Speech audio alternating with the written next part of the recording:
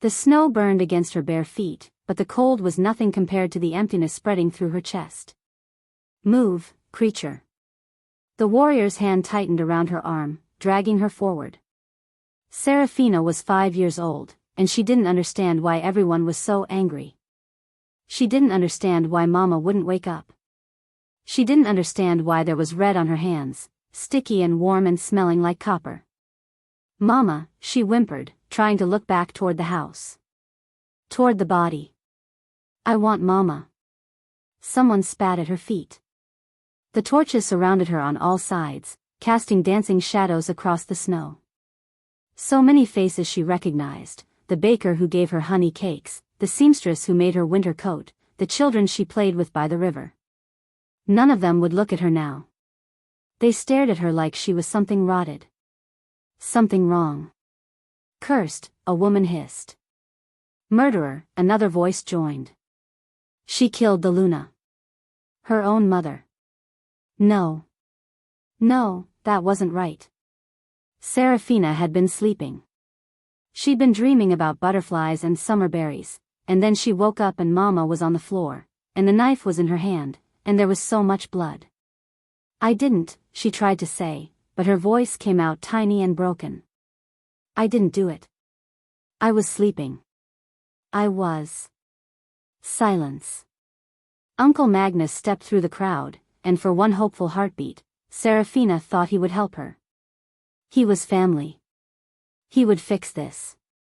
He would tell everyone it was a mistake and take her home and Mama would wake up and everything would be okay. But Uncle Magnus looked at her with something worse than hatred in his eyes. He looked at her like she was nothing. The child is cursed, he announced to the gathered pack. She murdered my sister, her own mother, in her sleep. The darkness in her blood has finally shown itself. He pointed at her, and his finger felt like a blade aimed at her heart. She cannot remain among us. I call for exile. The Deadlands will judge her as we cannot. The crowd roared its approval. No. Seraphina screamed, fighting against the hands that held her. No, I didn't. Uncle Magnus, tell them. Tell them I didn't hurt Mama. I love Mama. I would never. A hand clamped over her mouth. Chains, silver chains that seared her skin, wrapped around her throat, her wrists. She screamed behind the gag of someone's palm until her voice gave out. They dragged her through the snow for what felt like hours. Past the village. Past the farms. Past the boundary markers that every wolf pup was taught never to cross. When they finally stopped, the warrior holding her chains bent down to her level. His face was hard, but something flickered in his eyes, something that might have been pity. The Deadlands, he said quietly. No wolf survives out there, little one. But it's a cleaner death than what the pack would give you. He unhooked the chains from his grip and shoved her forward. Seraphina stumbled past the boundary stones and fell face first into the snow.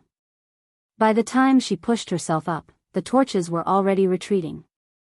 Already leaving her behind. Wait, she called after them, her voice raw and weak. Please wait. Please don't leave me. I didn't do anything wrong. Please. The darkness swallowed the last of the torchlight. She was alone. She was 5 years old, and no one was coming back for her. Seraphina woke with a gasp, her hand already at her throat. The scar was still there, the crescent moon shape where the silver chains had burned into her skin. 15 years, and it hadn't faded. Nothing had faded. She sat up slowly, letting her heartbeat settle. The nightmare was always the same. Every night for 15 years, she relived the worst moment of her life. The cold. The torches. Her uncle's pointing finger. Cursed. Murderer. No. Not anymore. Seraphina pushed the furs aside and rose from her cot. The war tent was sparse, a bed, a weapons rack, a table covered in maps. She didn't need luxury. She'd spent 10 years in the Deadlands surviving on scraps and spite. A tent with a roof was practically a palace. She moved to the table, studying the maps by candlelight. The Northern Territory spread before her in ink and parchment, every pack, every border, every strategic position she'd spent 5 years learning after she finally escaped the Deadlands. Her finger traced the border of Blood Moon Territory. Home, some buried part of her whispered. No. That place had never been home. Home didn't throw you to the wolves when you were too young to fight back. Home didn't believe a 5-year-old could murder her own mother. The tent flap rustled, and Seraphina's hand moved to the dagger at her hip before she recognized the footsteps. You're awake early. Demon ducked through the entrance, his scarred face unreadable as always. Her beta.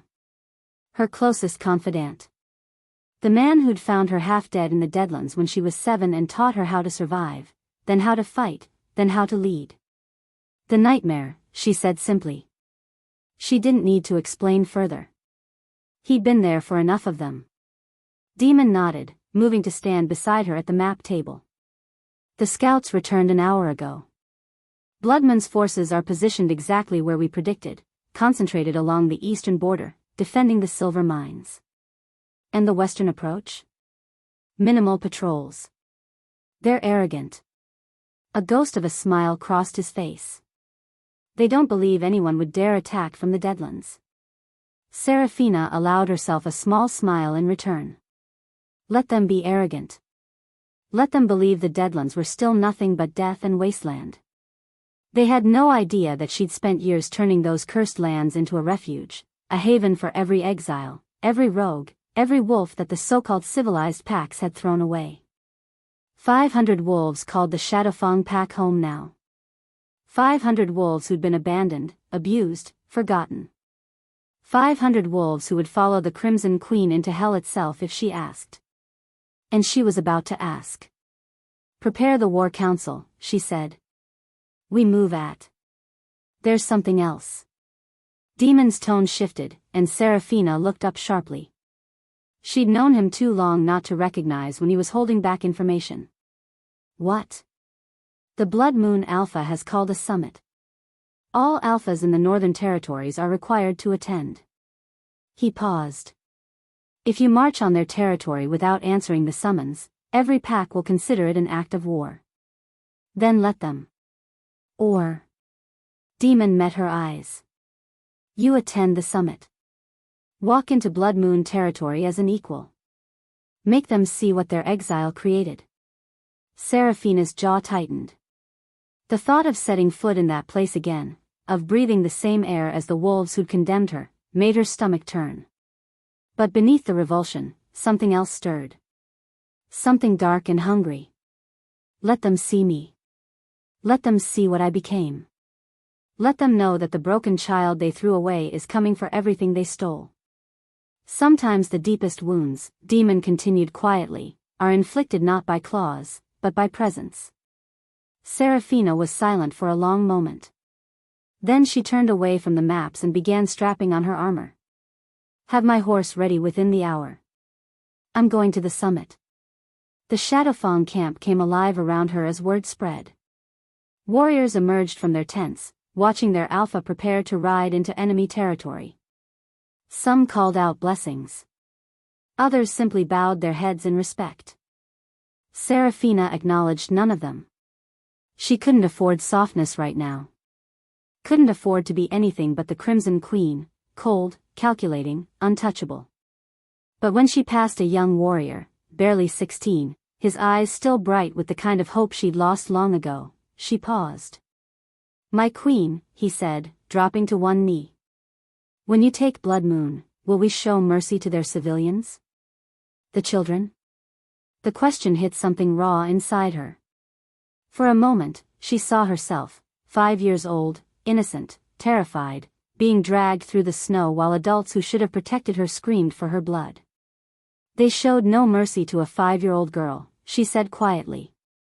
Why should I return what was never given? The young warrior paled but nodded. Seraphina walked on. Only when she was alone, checking her horse's saddle, did she let her hand drift to the scar on her neck. Her fingers trembled against the raised flesh. She clenched them into a fist. No weakness. No mercy. Not until the debt is paid. Demon appeared at her side as she mounted her horse. Before you go, he said, pulling something from his cloak. A bundle wrapped in dark cloth. I found this in the evidence archives I raided last month. She took it, frowning. The weight was familiar, a blade, by the feel of it. What is this? The knife, he said. The one they found in your hands that night. I thought it was lost, but they kept it. Look at the handle. Seraphina's fingers went cold as she unwrapped the cloth. The blade gleamed in the early morning light, short, sharp, crusted with something dark that might have been blood or might have been rust. But it was the handle that stopped her heart. The Voss family crest. Her own family's symbol, the crescent moon wrapped in thorns, was carved into the bone grip. This isn't my mother's knife, she breathed. No. Demon's voice was flat with barely contained rage. It belonged to your Uncle Magnus. His personal blade, custom-made, one of a kind. I confirmed it with 3 separate sources. Seraphina stared at the knife as the world tilted beneath her. The murder weapon belonged to Magnus. Her uncle had killed her mother. Then he'd put the knife in a 5-year-old's hands and called her a murderer. He'd destroyed her life to cover up his own crime. Seraphina rewrapped the blade slowly, her movements careful and precise. When she looked up, her eyes were the color of frozen steel. Demon. Yes, my queen. When we reach Blood Moon. She tucked the knife into her saddlebag and gathered her reins. Make sure my uncle knows I'm coming.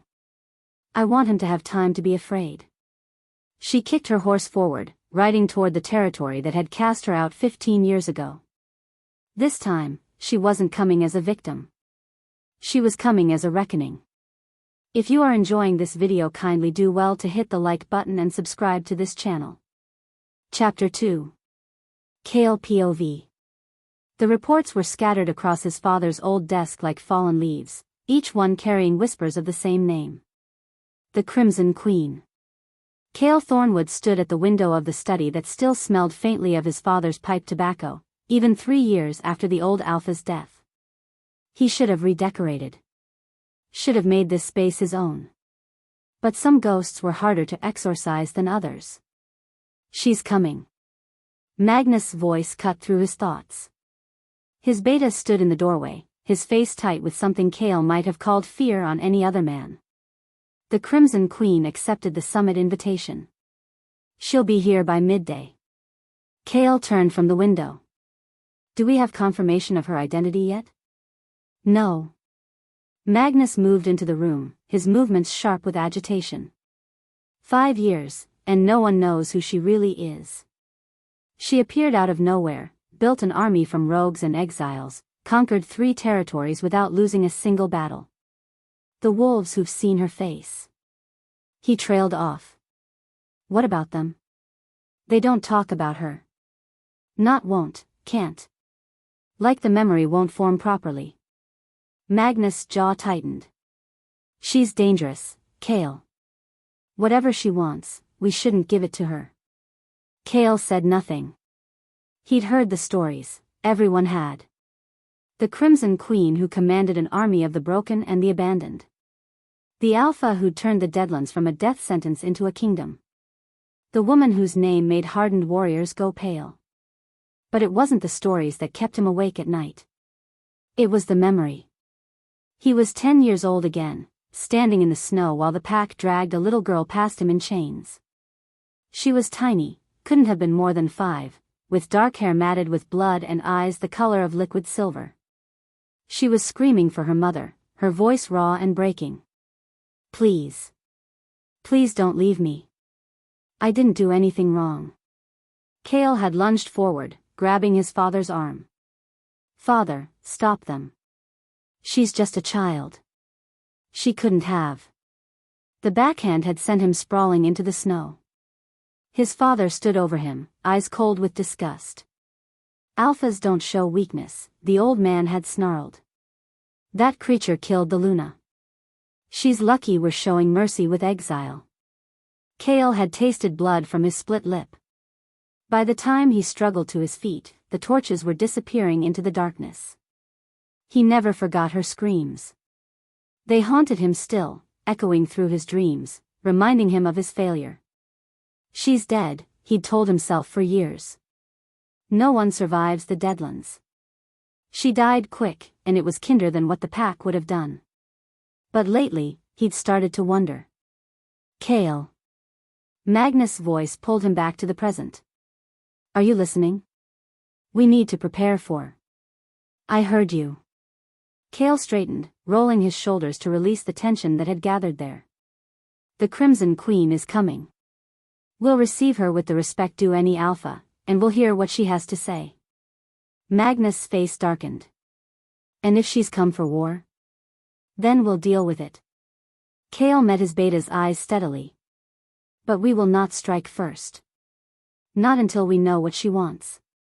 He turned back to the window, watching the road that led to the main gates. Somewhere in his chest, something stirred. A warning. A premonition. The feeling that everything was about to change. Seraphina POV. They saw her coming from a mile away. She'd planned it that way. Seraphina rode at the head of her column, 50 warriors in black armor, their horses' hooves striking the frozen ground in perfect unison. No stealth. No subtlety. She wanted Blood Moon to see her coming. She wanted them to have time to gather in the streets, to whisper, to wonder. She wanted them afraid. The main gates loomed ahead, and she felt the eyes of 100 wolves tracking her approach. Guards lined the walls, hands on weapons. But no one moved to stop her. They couldn't, not without breaking summit law. She'd counted on that. The gates swung open, and Seraphina rode through without slowing. The main street of Blood Moon stretched before her, lined with wolves who'd come to see the legendary Crimson Queen. The whispers started immediately. Is that her? The one who conquered the Deadlands? Look at her warriors. Look at their eyes. She doesn't look like a monster. She's so young. Don't let the face fool you. They say she killed 3 alphas with her bare hands. Seraphina kept her expression blank, her posture perfect. Let them whisper. Let them stare. Every eye on her was an eye, not watching her warriors, not noticing how they positioned themselves at strategic points throughout the crowd. The summit hall rose ahead, a massive structure of stone and timber that had stood for 300 years. Seraphina remembered it from her childhood, remembered thinking it looked like a sleeping giant. Now it looked like a grave. She dismounted at the entrance, her movements fluid despite the weight of her armor. Demon appeared at her side, a silent shadow. Ready, he murmured. Seraphina reached up and pulled back her hood. Let them see her face. The crowd's whispers died into shocked silence as she climbed the steps to the summit hall. She didn't look at them. Didn't acknowledge their stares. She was the Crimson Queen, and queens did not concern themselves with the opinions of common wolves. But inside, her heart was pounding. 15 years. 15 years since they threw me away. And now I'm walking back in through the front door. She pushed open the doors of the summit hall and stepped inside. Kale POV. He saw her the moment she entered. She was smaller than he'd expected, the legends made her sound 7 feet tall, made of shadow and fury. But the woman who walked into his summit hall was human-sized, slender beneath her black armor, her dark hair spilling over her shoulders like ink. Then she looked up, and Kale forgot how to breathe. Silver eyes. Eyes like moonlight on water, like stars trapped in glass. He knew those eyes. Around him, the other alphas were murmuring, shifting in their seats. The 6 most powerful packs in the Northern Territories had sent their leaders to this summit, and every one of them was staring at the woman who just walked in like she owned the place. But Kale couldn't focus on any of them. He couldn't focus on anything except the memory crashing over him, a little girl in chains, screaming for her mother, her silver eyes bright with tears. It can't be. She died. She had to have died. You. Magnus' voice shattered the silence. Kale's beta had gone white as bone, his chair scraping backward as he stumbled to his feet. "You're dead," Magnus breathed. "You should be dead." The woman, the Crimson Queen, smiled. It was the coldest expression Kale had ever seen on a human face. "The Deadlands tried to kill me for 10 years, Uncle." Her voice was clear and calm, carrying to every corner of the hall. "It failed. Uncle." The word hit like a physical blow. Kale heard gasps from the other alphas, heard the surge of whispers from the observers lining the walls. "Uncle. The Crimson Queen is Seraphina Voss." Magnus' voice cracked on the name. "This is impossible." And yet. She spread her hands, that terrible smile still in place.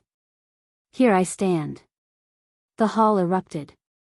Seraphina POV. She'd imagined this moment for 15 years.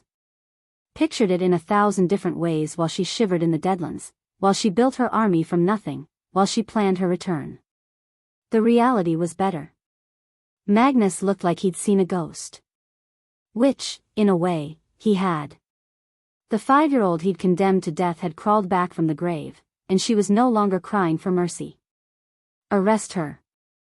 Magnus whirled toward Kale, desperation cracking through his composure. "She's a convicted murderer. She killed the Luna, her own mother. She has no right to." "I have every right." Seraphina's voice cut through his protests like a blade. She stepped forward, letting the other alphas see her clearly. Letting them take her measure. Ancient pack law states that any alpha may attend a summit without fear of harm. To lay hands on an alpha at a summit is a declaration of war against all packs present. She tilted her head, holding Magnus' gaze. "I am alpha of the Shadowfang pack. I claimed that title by right of combat 5 years ago. I have conquered 3 territories and command 500 wolves." Her smile sharpened. "Are you declaring war, Uncle? On me and everyone else in this room?" Magnus' mouth opened and closed. He looked to the other alphas for support, but none of them moved.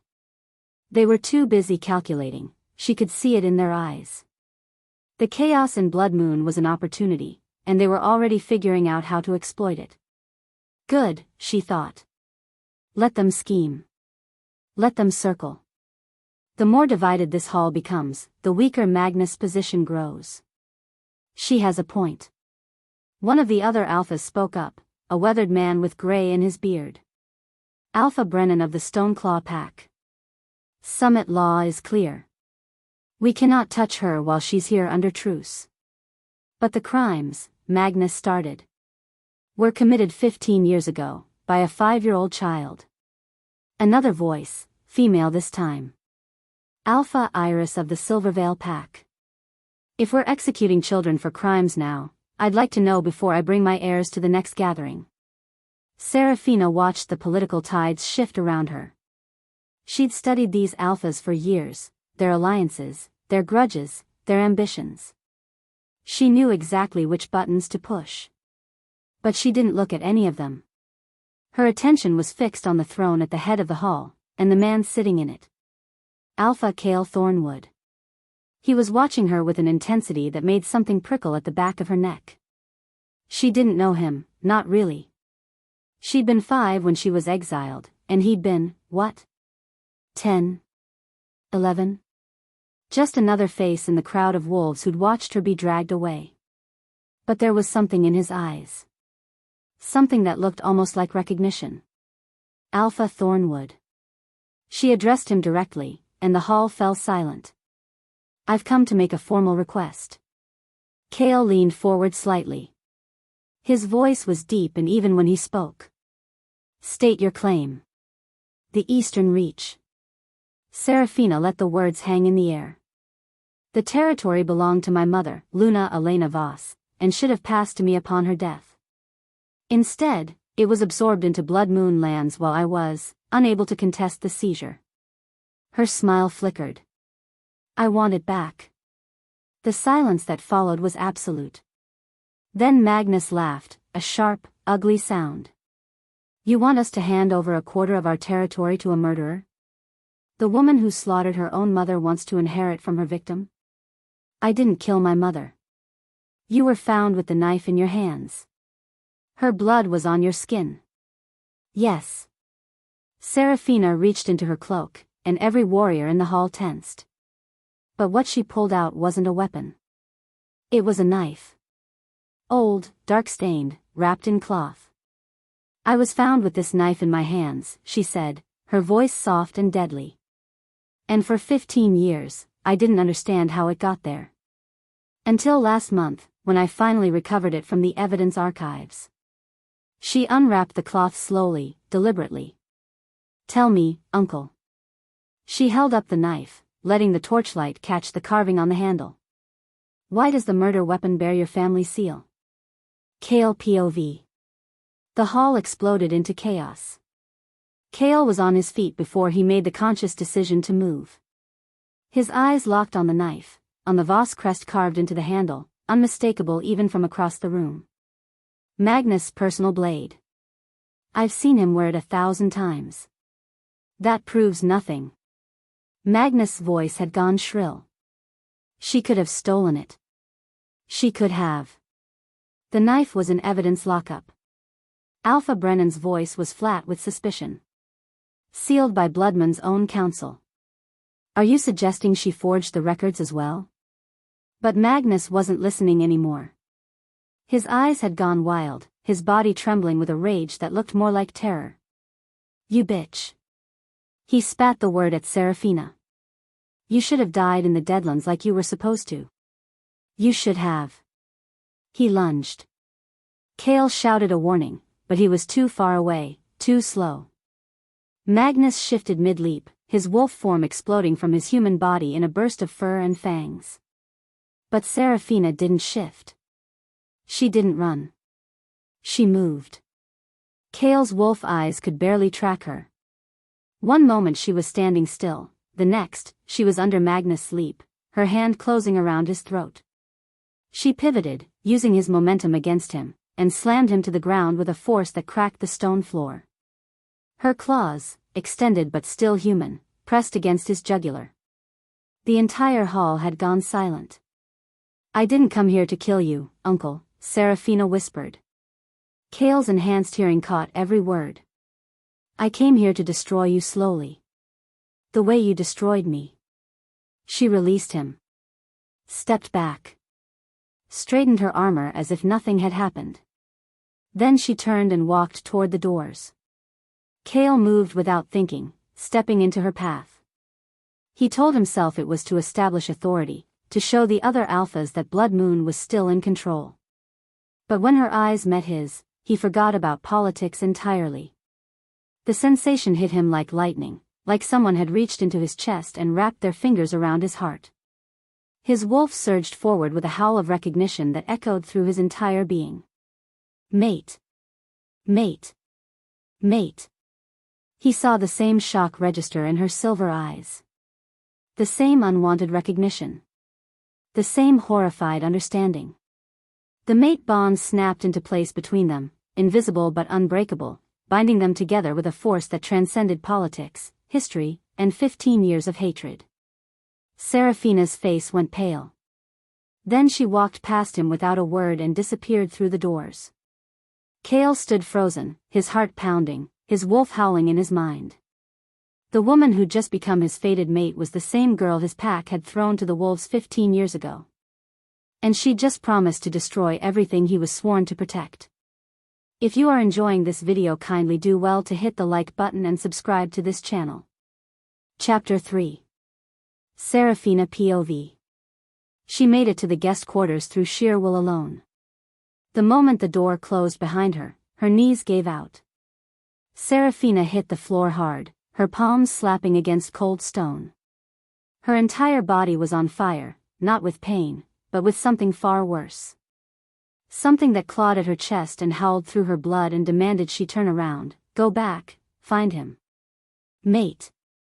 Nyx's voice exploded through her mind, her wolf thrashing against her control with a desperation Seraphina had never felt before.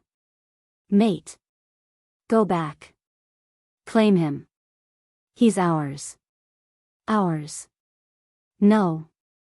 The word came out as a growl. Seraphina forced herself to her feet, stumbling toward the window. Fresh air. She needed fresh air. She needed to think. She needed him. We need him. I said and oh. Her fist connected with the stone wall before she made the conscious decision to swing. Pain exploded through her knuckles, bright and sharp and real. She hit the wall again. And again. And again. The pain helped. It gave her something to focus on besides the mate bond tearing through her like wildfire.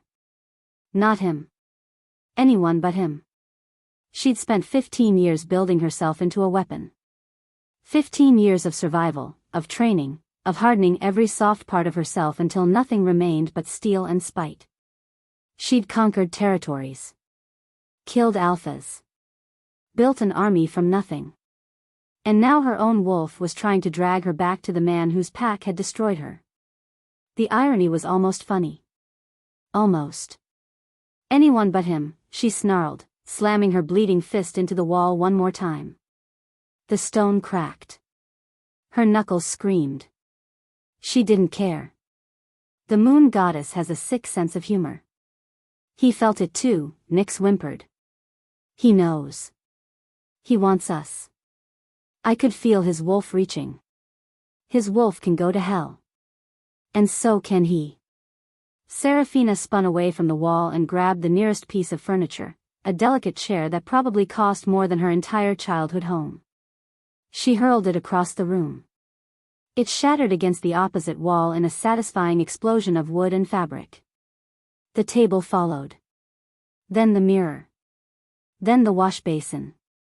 By the time Demon burst through the door, she was standing in the center of a destroyed room, surrounded by broken furniture, her hands dripping blood onto the floor. He took one look at her and stopped. The bond, he said quietly. Not a question. Seraphina's laugh was jagged and wrong. The alpha of Blood Moon. My fated mate is the alpha of the pack that threw me to the wolves. She held up her ruined hands, watching the blood run down her wrists. Tell me the goddess isn't laughing right now. Demon didn't offer comfort. He knew better. Instead, he moved to the door and planted himself in front of it like a wall. I'll stand guard, he said. Take whatever time you need. Seraphina closed her eyes and let the battle rage inside her. Her wolf against her heart.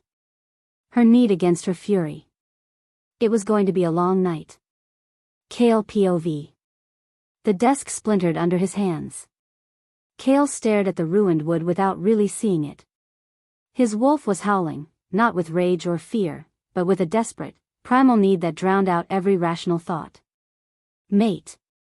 She's ours. Go to her. Protect her. Claim her.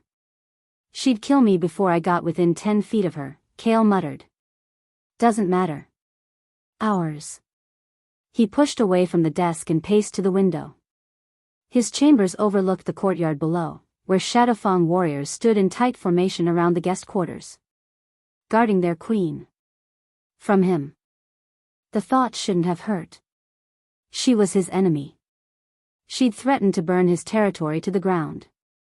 She'd humiliated his beta in front of 6 other alphas and thrown the entire political structure of the Northern Territories into chaos. But his wolf didn't care about politics. His wolf only knew that their mate was right there, close enough to touch, and they weren't allowed to go to her. Kale? He turned. Lyra stood in the doorway, her brow furrowed with concern.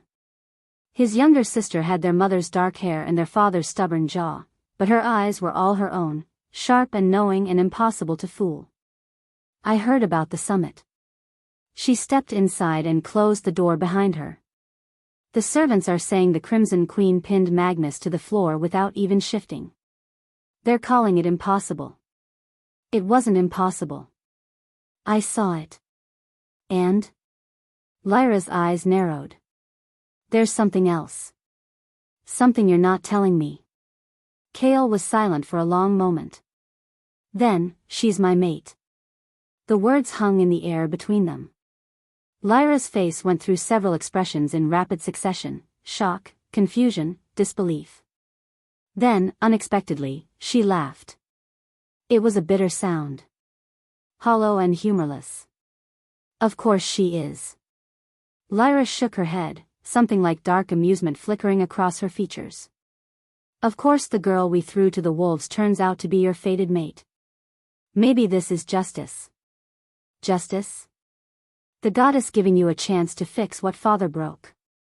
Lyra moved to the window, standing beside him. I never believed it, you know. That a 5-year-old murdered the Luna. I was 7 when it happened, and even then, I knew something was wrong. Cale stared at her. You never said anything. I was 7. Who would have listened? Her jaw tightened. But I've been investigating. Quietly, for years. Gathering evidence, questioning witnesses, digging through archives that Magnus thought he'd buried. She turned to face him fully. The Crimson Queen isn't wrong, Cale. The evidence against Seraphina Voss was fabricated. I just couldn't prove who did the fabricating. Until she showed up with Magnus' knife. Until she showed up with Magnus' knife. Lyra's expression hardened. If she's telling the truth, if Magnus killed her mother and framed her, then our entire pack is built on a lie. And you're mated to the woman who has every right to tear it all down. Cale closed his eyes. His wolf howled. And somewhere across the courtyard, his mate was bleeding and breaking and hating him with every fiber of her being. Seraphina POV. She heard him coming. The guards at her door stepped aside. Of course they did, he was their alpha, and Seraphina had her blade at his throat before he'd taken 2 steps into the room. Give me one reason. Her voice was steady despite the chaos inside her. One reason why I shouldn't kill you right now and end the Thornwood line. Cale didn't fight. Didn't try to grab her wrist or knock the blade away. He stood perfectly still, his gray eyes meeting hers without flinching. Then he tilted his head back. Exposed his throat. Seraphina's heart stuttered. Alphas didn't show throat. Ever. It was the ultimate submission, the most vulnerable position a wolf could take. Offering your throat to an enemy was offering your life. And Cale Thornwood, alpha of the most powerful pack in the Northern Territories, was offering his to her. Because you want answers, he said quietly. And I'm the only one who can help you get them. The blade trembled against his skin. One push. That's all it would take. One push, and she'd end 15 years of nightmares. One push, and she'd destroy the mate bond before it could destroy her. No. Nyx's howl was agonized. Don't. Please. Don't hurt him. Why would you help me? Seraphina's voice came out rougher than she intended. I'm your enemy. I threatened your pack. Because if Magnus killed your mother, if he framed a 5-year-old child to cover his own crime, then he's the enemy of everything I swore to protect. Cale's throat moved against her blade as he swallowed. I didn't become alpha to defend murderers. I became alpha to protect the innocent. Pretty words.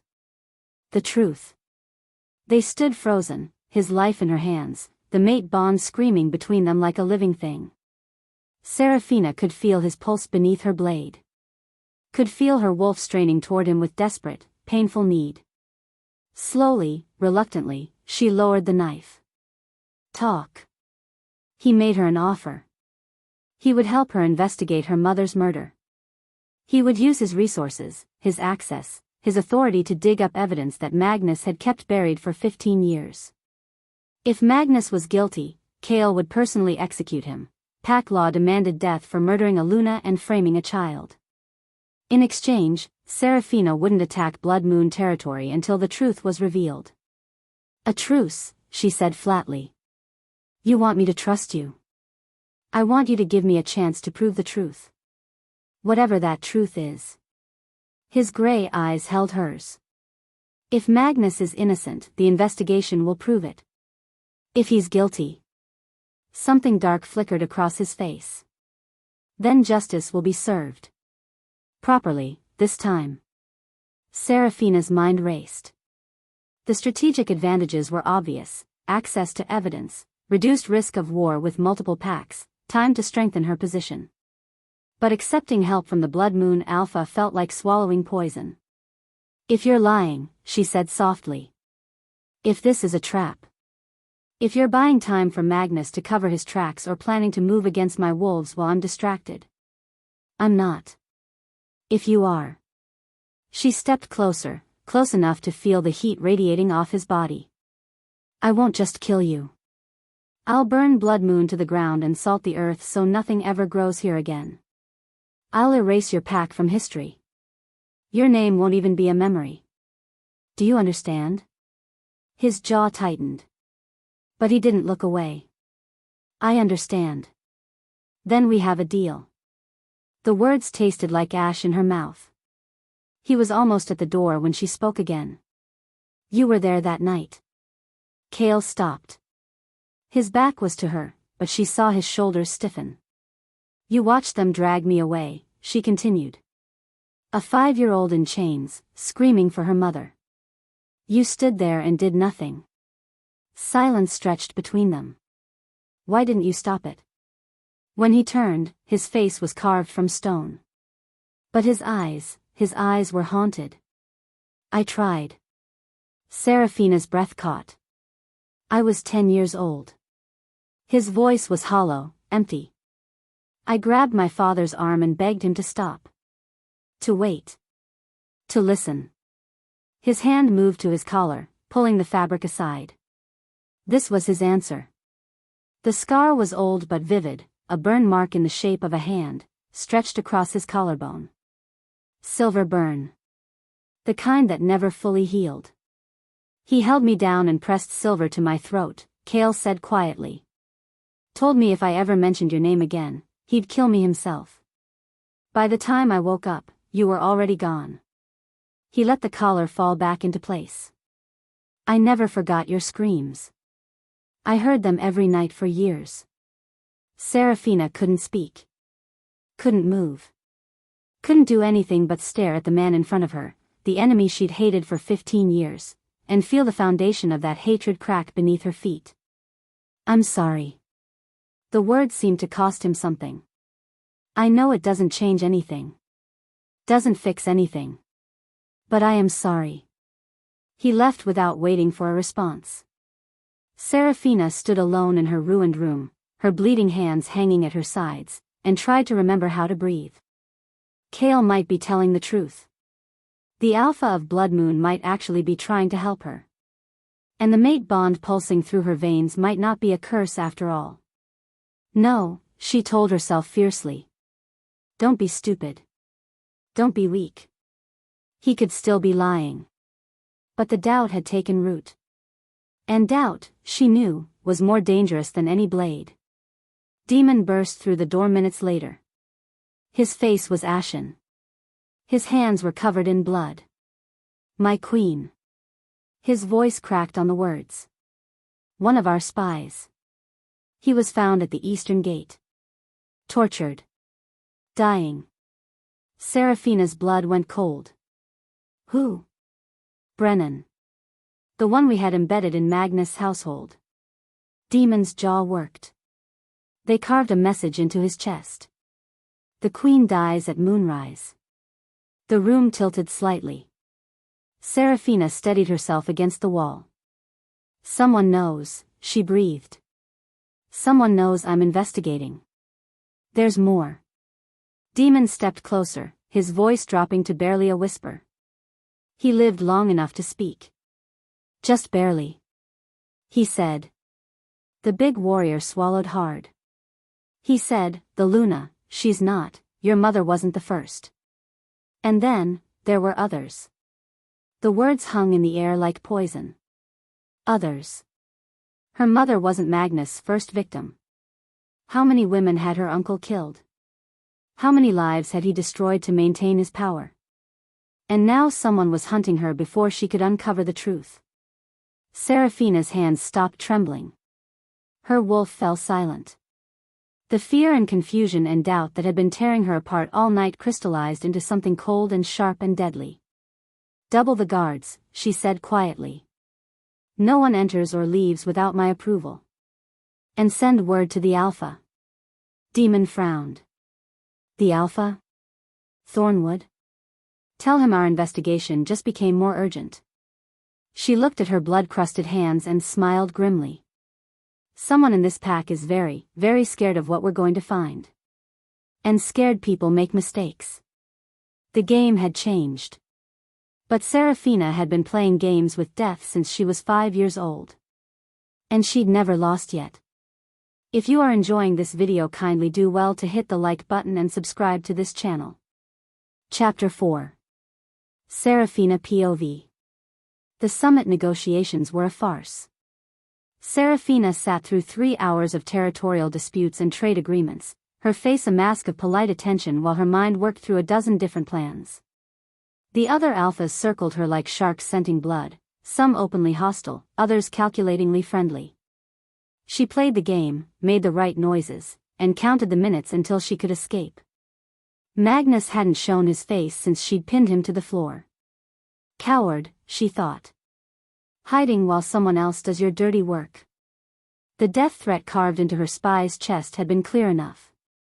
Someone wanted her dead before she uncovered the truth.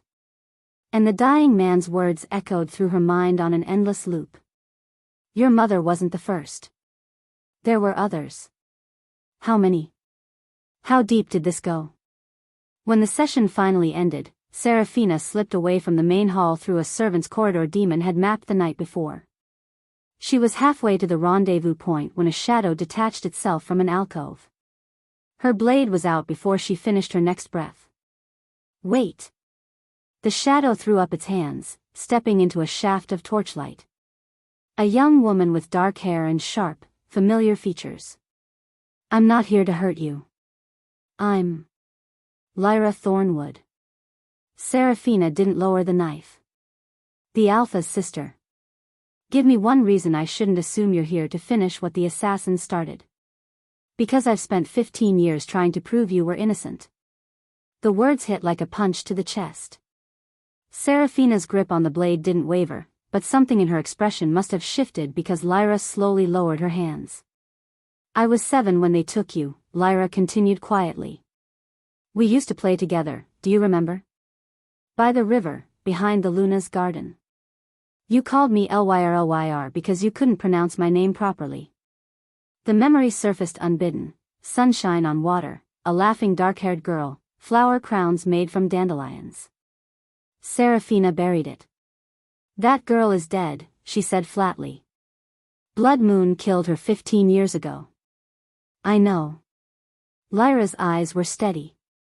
But I never believed the girl who made me flower crowns could murder anyone. So I started looking for the truth. She glanced down the corridor. I have documents. Evidence. 15 years of research. Will you at least look at it before you decide whether to kill me? Every instinct screamed trap. But the mate bond with Kale had already shattered her certainties. What was one more crack in the foundation? Lead the way, Seraphina said. But if this is a trick, you die first. The hidden room was beneath the old watchtower, accessed through a cellar door that hadn't been opened in decades. Dust coated every surface, and the only light came from the candles Lyra lit with practiced efficiency. No one comes here, she explained, spreading documents across the ancient table. The tower was condemned after the fire 20 years ago. Everyone thinks it's unstable. Demon emerged from the shadows near the door, his presence a silent reassurance. He'd followed them, of course. He always did. Seraphina moved to the table and began examining the papers. What she found made her blood run cold. These are death records, she said slowly. Luna Margaret of the Stoneclaw Pack. Luna Iris of Silvervale, the first Iris, not the current Alpha. Luna Catherine of Nightfall. She looked up at Lyra. 3 Lunas, all dead within a decade of each other. All dead under mysterious circumstances. Lyra pointed to a series of notations. Margaret supposedly fell from a cliff.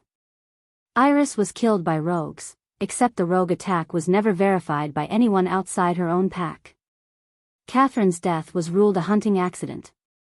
Her jaw tightened. And all three of them had one thing in common. They opposed Magnus. They opposed Magnus' political ambitions. Margaret blocked a trade deal he'd been pushing. Iris refused to support his bid for a council seat. Catherine. Lyra hesitated. Catherine was investigating him. She'd gotten close to proving he'd embezzled pack funds. She died 2 weeks before she was supposed to present her evidence. Seraphina stared at the documents. 3 dead Lunas. 3 convenient accidents. And then her mother, the 4th. My mother was investigating something before she died, she said quietly. I remember her being worried. Secretive. She'd disappear for hours and come back looking haunted. She was investigating the other deaths. Lyra pulled out another stack of papers. I found her notes hidden in the Luna's private library. She'd connected the same dots I did, but she'd gotten further. She knew Magnus was involved, but she couldn't prove it alone. And she knew.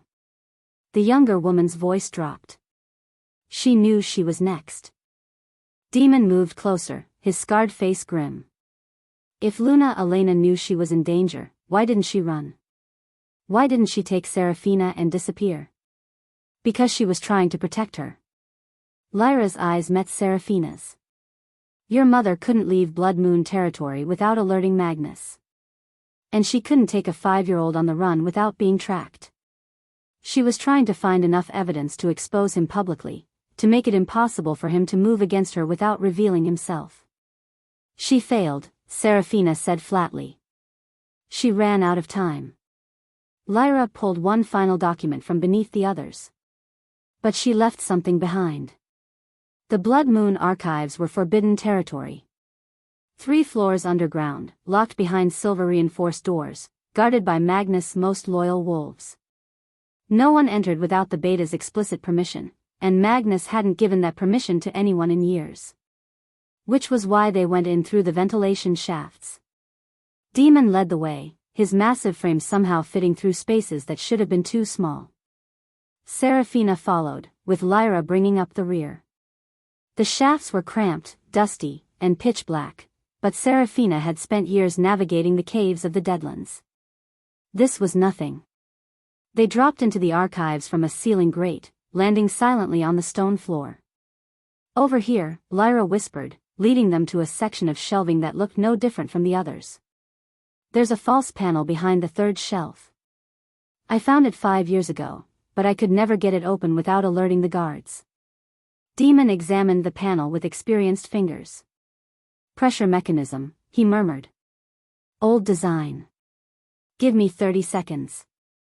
Seraphina stood watch, her senses straining for any sign of approaching guards. The archives were silent, but the silence felt heavy. Oppressive. Something is very wrong here. The panel clicked open. Behind it lay a hollow space filled with documents, ledgers, and a small wooden box. Seraphina grabbed the box while Demon and Lyra gathered the papers. Inside the box, she found a journal. Old leather, worn with handling, the pages yellowed with age. Her mother's handwriting. Seraphina's hands trembled as she opened to the last entry. My little star. If you're reading this, it means I failed. I'm sorry. I tried to protect you, but Magnus moved faster than I expected. The evidence is in the Moonstone Archive, the old temple in the northern mountains. I couldn't retrieve it in time, but I hid the key where he'll never think to look. Don't trust anyone with Voss blood, my darling. Not even yourself. The darkness is in our line. Magnus isn't the first Voss to kill for power, and he won't be the last. I hoped you would escape our family's curse, but I fear I've only delayed it. Whatever happens, know that I loved you more than my own life. You were my greatest joy and my deepest fear, because I knew what you could become, and I prayed you never would. Forgive me for not being strong enough to save you. Your mother, Elena. The words blurred as tears burned Seraphina's eyes. Her mother had known. Had died trying to protect her. Had failed, not through weakness, but because the conspiracy was bigger than one woman could fight alone. The Moonstone Archive. The key is hidden somewhere. There's more. Demon's voice was grim. He held up a ledger, his face pale in the candlelight. Payment records. Assassination contracts. Magnus has been systematically eliminating anyone who threatened him for over 20 years. But he's not working alone. Seraphina forced herself to focus. Grieve later. Investigate now. What do you mean? Lyra answered, her voice shaking. There are references throughout these documents to something called the Hollow Council. A shadow organization made up of high-ranking wolves from multiple packs. They believe the old bloodlines have grown weak. She swallowed hard. They've been secretly culling powerful Lunas for generations. Any female who shows too much strength, too much influence, they eliminate her before she can threaten the existing power structure. The scope of it staggered Seraphina. Not just Magnus. Not just one pack. A conspiracy spanning decades. Spanning territories. Murdering women across the northern territories to maintain control. And her mother had stumbled into the middle of it. We need to get this evidence to the other alphas, Seraphina said. If we can prove. The door exploded inward. 6 wolves in black poured through the breach, silver-laced blades glinting in the torchlight. Seraphina moved on instinct, shoving Lyra behind her and drawing her own weapon. The first attacker reached her a heartbeat later. She parried his strike, slipped inside his guard, and opened his throat before he could recover. But there were too many. 2 more came at her simultaneously while a third circled toward Lyra. Demon engaged 2 near the door, his massive form a wall of scarred muscle and deadly precision. Steel rang against steel. Blood sprayed across the ancient documents. Seraphina killed her second attacker with a blade through the eye, but the third caught her across the ribs. Pain flared, silver burn, the wound instantly beginning to fester. They came to kill, not capture. She spun, narrowly avoiding a strike that would have taken her head. Her counterattack was blocked. Another blade came from her left. And then Kale was there. He tore through the remaining attackers like a force of nature, his wolf partially shifted, claws and fangs extending even as he remained in human form. One attacker fell with his spine severed. Another went down screaming, his arm removed at the elbow. Seraphina stood frozen, watching her mate fight for her life. The bond between them sang with his proximity, a harmony of violence and protection that made her wolf howl with something dangerously close to joy. Mate. Ours. He's protecting us. The last attacker turned to flee. Kale caught him by the throat and slammed him against the wall. Who sent you? His voice was barely human. The man spat blood and laughed. The queen dies at moonrise. Nothing you do can. Kale's claws silenced him permanently. Then he turned, and Seraphina saw the wound. A silver blade had caught him across the abdomen. Deep. Bleeding heavily. The kind of wound that could kill even an alpha if not treated quickly. His knees buckled. Seraphina caught him before he hit the ground. Why? The word tore out of her before she could stop it. Why protect me? Kale looked up at her, his gray eyes glazed with pain but unwavering. Because I should have protected you 15 years ago. She tended his wounds in a storage room near the archives, using supplies Lyra brought from the infirmary. The intimacy of the moment was impossible to ignore, her hands on his bare chest, his blood on her skin, the mate bond pulsing between them with every heartbeat. This is going to hurt, she warned, pressing a silver extraction poultice against the wound. He didn't flinch. I've had worse. She thought of the scar beneath his collar. The handprint burned into his flesh by his own father. Yes. He probably had. The documents are safe, Demon reported from the doorway. Lyra is copying the most critical evidence. We can, He stopped, his expression shifting. My queen. You need to see this. Seraphina left Kale with Lyra and followed Demon to where the bodies lay. This one. Demon pointed to the smallest attacker, a young wolf, barely more than a boy. Look at his forearm. She pushed up the sleeve. Her blood turned to ice. A Shadowfang tattoo. Her pack symbol, inked into his skin. No, she breathed. That's impossible. I recognized him. Demon's voice was hollow. Brennan's younger brother. He joined us 2 years ago. I trained him myself. One of her own wolves had tried to kill her. The betrayal cut deeper than any silver blade. Who else? How many of my wolves are compromised? How deep does this conspiracy go? Before she could process the implications, the door burst open and one of her guards rushed in, wild-eyed. My queen. You need to come now. Magnus has called for a blood trial. He's accusing you of attacking Blood Moon wolves, the bodies in the archives, and demands you face judgment by combat. Seraphina's hands clenched into fists. Of course. He's using his own assassination attempt against me. If you refuse, the guard continued, you admit guilt. Summit law will demand your execution. And if I accept? The guard's face went pale. Magnus has named his champion. He looked toward the storage room, where Kale was struggling to his feet. He's chosen Alpha Thornwood. The world tilted. Magnus wanted her to fight Kale. Her fated mate. The man who just bled for her. She would have to kill him or die herself. And somewhere in the shadows, the Hollow Council was laughing. If you are enjoying this video, kindly do well to hit the like button and subscribe to this channel. Chapter 5. Seraphina POV.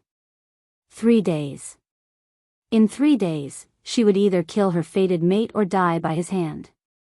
Seraphina stood at the center of her command tent, surrounded by the 50 Shadowfang warriors who had accompanied her to Blood Moon. Their faces were familiar, wolves she'd trained, fought beside, bled with. Wolves she'd trusted with her life.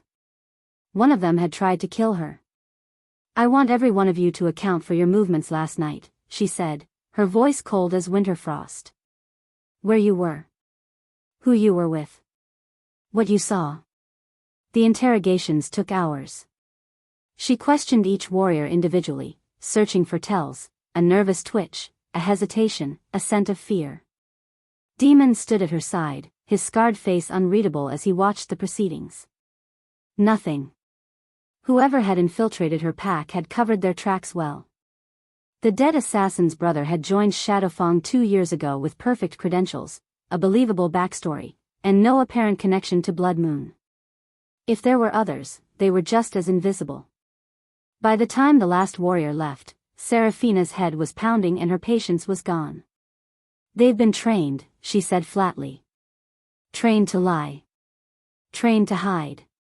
This isn't one traitor, it's a network. Demon nodded slowly. The Hollow Council has had decades to plant their agents. We have to assume anyone could be compromised. Including you, a dark voice whispered in Seraphina's mind. She crushed the thought. Demon had saved her life 100 times. He'd found her dying in the Deadlands and nursed her back to health. He'd taught her to fight, to lead, to survive. But the doubt had taken root. And doubt, once planted, was almost impossible to kill. Kale POV. Magnus' study smelled like old blood and fresh lies. Kale stood across the desk from his beta, fighting the urge to tear the man's throat out with his bare hands. The evidence from the archives was damning: assassination orders, financial records, connections to a shadow organization that had been murdering women for generations. And now Magnus wanted Kale to kill the woman those documents could save. I won't fight her, Kale said flatly. Magnus' smile was a serpent's grin. You'll fight. Or you'll be removed as Alpha for cowardice. I'm the Alpha of Blood Moon. I don't take orders from my beta. No. You take orders from pack law. Magnus leaned back in his chair, utterly relaxed. You called this summit. You invited all the alphas. The Crimson Queen attacked Blood Moon wolves in our own archives, 6 dead, found with her blade marks. By ancient law, she must face trial by combat. His eyes glittered. And as the aggrieved party, I have the right to name my champion. You're naming me to force my hand. I'm naming you because you're the strongest warrior in Blood Moon. Magnus' voice dripped false sincerity. If you refuse, it will look like you're protecting her. The other alphas will wonder why. They'll start asking questions. And if they look too closely. He spread his hands. Well. Who knows what they might find? The threat was clear. Fight Seraphina, or Magnus would expose the mate bond. And once the other packs learned that the alpha of Blood Moon was fated to the woman accused of murdering his wolves, everything would unravel. If I refuse to fight, Kale said slowly, what happens? You'll be removed as alpha for cowardice. The challenge will pass to me. Magnus' smile widened. And I won't show mercy. There it was. Magnus didn't just want Seraphina dead. He wanted both of them destroyed. With Kale discredited and Seraphina killed, Magnus would step into the power vacuum as the only viable leader left. 20 years of murder, Kale thought. 20 years of manipulation. And now he's finally making his move for the throne. I'll fight, Kale said quietly. But if I find out you've manipulated this trial, if there's even a hint that the evidence was planted or the accusations are false, I'll kill you myself. Magnus' expression didn't flicker. I would expect nothing less, my alpha. Kale turned and walked out before he did something he couldn't take back. 3 days to find another way. 3 days to save his mate without destroying everything else. Seraphina POV. They met in secret, in the same hidden room beneath the old watchtower. Lyra had arranged it, passing messages between them like a ghost. The Alpha's sister had become an unlikely ally, driven by guilt, perhaps, or by the same stubborn belief in justice that seemed to run in the Thornwood blood. Kale arrived first, his face drawn with exhaustion. Seraphina studied him from the shadows for a long moment before stepping into the candlelight. The mate bond pulsed between them, stronger now, impossible to ignore. Every part of her wanted to go to him, touch him, let the bond ease the constant ache in her chest. She stayed where she was. Magnus isn't going to let either of us survive this trial, she said without preamble. You know that. Yes. Kale's jaw tightened. He's using the trial to eliminate both of us. If I fight you and win, he'll expose the mate bond and claim I was compromised all along. If I refuse, he takes my position. Either way, he gets what he wants. Then we need the evidence before the trial. The Moonstone Archive, my mother said she hid proof there. If we can retrieve it. It's 3 days' ride from here. Lyra emerged from a side passage, her arms full of rolled maps. I've been tracking the location based on Elena's journal entries. The archive is beneath the ruins of the First Pack's territory, in the northern mountains. Even riding hard, you couldn't make it back before the trial. Then I send Demon. Seraphina's voice was steady, but something twisted in her chest at the thought. He retrieves the evidence. I face the trial. If I die, the truth still comes out. Kale's head snapped up. No. It's the only option that guarantees. I said no. He crossed the distance between them in 2 strides, close enough that she could feel the heat radiating from his body. I'm not going to stand in that arena and kill you while your beta races across the territories.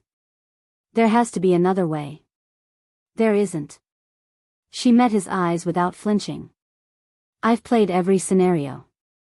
This is the only one where the truth survives, even if I don't. Seraphina. Don't. The word came out sharper than she intended. Don't pretend you have a better answer. You've known about Magnus' corruption for less than a week. I've spent 15 years preparing for this. If my death is the price of justice, I'll pay it. The silence that followed was heavy with things neither of them could say. Finally, Cale stepped back. His face was a mask of barely controlled pain. "Then we have 3 days," he said quietly. 3 days to find another way. I won't accept this outcome until we've exhausted every option. He left without another word. Seraphina watched him go, and something cracked in her chest. He's still trying to save me, she thought. After everything. He's still trying. She buried the thought with all the others. There was no room for hope. Not anymore. When she returned to her tent, Demon was waiting. His face was ashen, his hands trembling at his sides. She'd never seen him look so broken, not even when he dragged her half-dead from a cave in the Deadlands, not even when he'd held her through the worst of the fevers that nearly killed her. "Demon?" She moved toward him, concern overriding caution. "What's wrong?" "I need to tell you something." His voice cracked on the words. "And when I'm done, you're going to want to kill me. You should kill me. But please, please let me finish first." The world tilted. Seraphina's hand moved to her blade on instinct. "Talk." Demon sank to his knees. The mighty warrior who had trained her, protected her, stood at her side through 100 battles, kneeling before her like a penitent before an altar. "Magnus is my father." The words hit like a physical blow. "He found me in the Deadlands 12 years ago. I was protecting a group of refugees, other exiles, like you. He gave me a choice: watch over you and report your movements, or he would kill everyone I was protecting." Tears streamed down Demon's scarred face. "I was supposed to keep you weak. Keep you contained. Make sure you never became a threat. For years, I did what he asked." Seraphina couldn't breathe. The man who had saved her life. The man who had taught her everything she knew. The man she trusted more than anyone in the world. A spy. A traitor. Magnus' blood. But somewhere along the way, it changed. Demon's voice was barely a whisper. "You changed me. I started feeding Magnus false information. Started protecting you in ways he never knew about. When he sent assassins, I misdirected them. When he planted traps, I found them first. I tried to be what you thought I was. But you were never really mine." The words came out cold and dead. "You were always his." "No." Demon looked up at her, and the agony in his eyes was raw and real. "I was always yours. Even when I was lying, I was yours. That's why I'm telling you now. Because I can't watch you die for something I could have prevented." He bowed his head. "Kill me. I've betrayed you. I don't deserve your mercy." Seraphina's wolf howled for blood. Her mother's words echoed in her mind: "Don't trust anyone with Voss blood. The darkness is in our line." Demon was Voss blood. Magnus' son. The same cursed family that had destroyed her life. She should kill him. Every instinct screamed for it. But she remembered being 5 years old, dragged through the snow in chains, condemned for something she didn't do. She remembered the pack's judgment: swift, merciless, absolute. They had looked at a crying child and seen only a monster.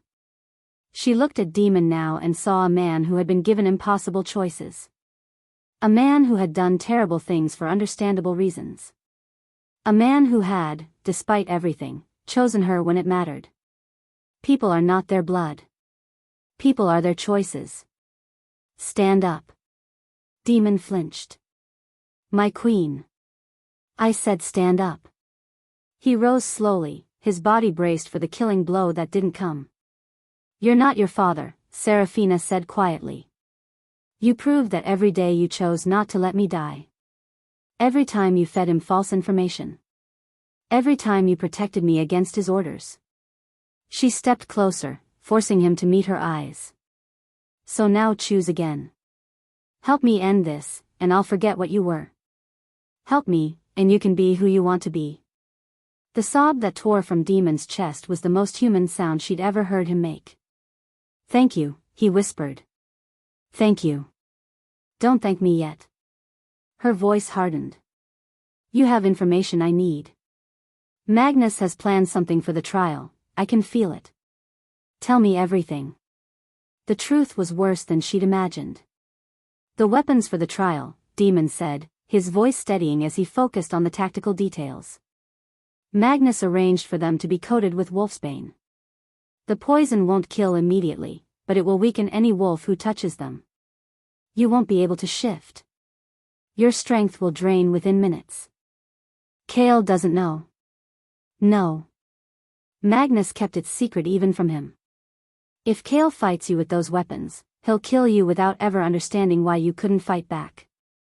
He'll think you were simply weaker than him. Demon's jaw clenched.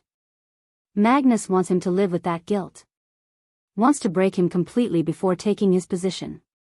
The cold calculation of it staggered her. Magnus wasn't just trying to kill her. He was trying to destroy Kale from the inside out, make him murder his own mate, then reveal the truth when it was too late to matter. There's one more thing, Demon said quietly. Magnus knows about the mate bond. Seraphina's blood turned to ice. He's known since the summit. He has spies in the Blood Moon Guard, they reported seeing Kale go to your quarters that first night. Demon met her eyes. He's counting on the bond to work in his favor. He knows Kale's wolf will resist killing you. He's hoping Kale will hesitate, refuse, or break down during the fight. Either way, Magnus wins. If Kale refuses to fight, Magnus takes his position. And if Kale's wolf takes over mid-combat, Magnus can declare him unfit, claim the mate bond has compromised him. The other alphas will have no choice but to support Magnus' claim to leadership. The trap was perfect. Every possible outcome led to Magnus' victory. Fight or forfeit, win or lose, live or die, he had covered every angle. Except one. We have until dawn, Seraphina said, her mind racing. Lyra said the trial begins at moonrise tomorrow. That gives us one night to either expose Magnus' plot or find a way to neutralize the wolfsbane. And if we can't? She met Demon's eyes steadily. Then I warn Kale about the mate bond. Make sure he knows what Magnus is planning. Give him the choice to forfeit knowing the consequences, or fight knowing the truth. Her voice hardened. Either way, Magnus doesn't get to play us against each other anymore. The admission cost her something, acknowledging that she didn't want Kale dead, that the mate bond had become something more than an inconvenience. But she was done being a pawn. If she was going to die, she would die with the truth on her lips and her enemies exposed. And if Magnus thought she would go quietly into that arena, he had no idea what the Deadlands had made her. If you are enjoying this video, kindly do well to hit the like button and subscribe to this channel. Chapter 6. Seraphina POV. The arena smelled like blood and anticipation. Seraphina stood at the entrance, her black armor gleaming in the morning light. Behind her, the massive stone gates loomed like the jaws of some ancient beast. Before her, 1,000 wolves had gathered to watch her die. Or watch me kill. The thought should have brought comfort. It didn't. She stepped into the arena, and the crowd fell silent. Every eye tracked her movement as she walked toward the center. She could feel their stares like physical weight, curious, hostile, afraid. The Crimson Queen had become legend in the Northern Territories, a ghost story told around campfires. Now they saw her in the flesh, and they didn't know whether to cheer or cower. Good, she thought. Let them wonder. Her gaze swept the elevated platforms where the visiting alphas sat in judgment. 6 packs, 6 leaders, 6 potential enemies or allies depending on how the next hour unfolded. Alpha Brennan of Stoneclaw watched with calculating interest. Alpha Iris of Silvervale's face was unreadable. The others leaned forward in their seats, hungry for spectacle. And there, on the highest platform, Magnus sat like a spider at the center of his web. He was smiling. Seraphina's wolf snarled inside her mind, straining against her control. Soon, she promised Nyx. Soon. A horn sounded from the opposite gate, and Kale entered the arena. The mate bond hit her like a fist to the chest. Even across 50 yards, she could feel him, the pull of their connection, the desperate need to close the distance between them. Her wolf howled with longing and fury in equal measure. Mate. Don't fight him. Can't fight him. Kale's face was carved from stone, but his eyes kept flickering, gray to amber and back again. His wolf was fighting for control, just like hers. The bond between them screamed with the wrongness of what they were about to do. They stopped 10 paces apart. Seraphina Voss, Magnus' voice rang out from above, dripping with false solemnity. You stand accused of murdering 6 blood moon wolves in our sacred archives. How do you answer? She didn't look at him. Her eyes stayed locked on Kale's. I warned him, she thought. Last night, through Demon, I warned him about the Wolfsbane, about Magnus' plan. He knows the truth. But knowing the truth didn't change the impossible position they were in. I answer, Seraphina said clearly, that I defended myself against assassins sent to kill me. Assassins sent by the very man who accuses me now. Murmurs rippled through the crowd. Magnus' smile didn't waver. A convenient claim, with no evidence to support it. The trial will proceed as. A horn shattered the morning air. Not the ceremonial horn of the arena. This was different, urgent, desperate. The sound of someone demanding attention at any cost. Every head turned toward the main gate. A rider burst through the entrance at impossible speed, her horse's hooves throwing up clouds of dust. Behind her, a wagon rattled and bounced, something large covered in ancient cloth piled in its bed. Lyra. Magnus shot to his feet. Guards. Stop her. This is forbidden. Let her speak. Kale's voice cut through the chaos like a blade. The guards hesitated, caught between their beta's order and their alpha's command. Alpha always won. Lyra reined her horse to a stop in the center of the arena, positioning herself between Seraphina and Kale. Her face was flushed with exertion, her hair wild from the ride, but her eyes blazed with triumph. I invoke the right of evidence, she announced, her voice carrying to every corner of the arena. Ancient law states that any wolf may present proof of innocence before blood is spilled. The trial cannot proceed until the evidence is heard. Magnus' face had gone purple with rage. You have no authority to. I have the authority of truth. Lyra dismounted in one fluid motion, grabbed a leather satchel from her saddlebag, and hurled it at Magnus' feet. Documents exploded across the platform. Letters. Ledgers. Testimonies. Decades of secrets spilling into the light. The Moonstone Archive, Lyra said, loud enough for all to hear. Elena Voss hid evidence there before her murder, evidence that proves everything. Evidence that names the real killer. She pulled a single sheet of parchment from inside her coat and held it up. This letter, in Magnus Voss's own handwriting, details exactly how he planned to murder his sister-in-law and frame his 5-year-old niece for the crime. Kale POV. The arena erupted. Wolves shouted, guards surged forward, alphas rose from their seats demanding explanations. Kale stood frozen in the center of the chaos, watching his entire world restructure itself around the truth. Magnus was screaming orders, but no one was listening anymore. Lyra had begun reading the documents aloud, financial records showing payments to assassins, witness testimonies that had been buried for decades, correspondence with something called the Hollow Council. Names emerged from the letters. Names Kale recognized. Alpha Brennan's Beta. The head of Silvervale's Guard. Council members from 4 different packs.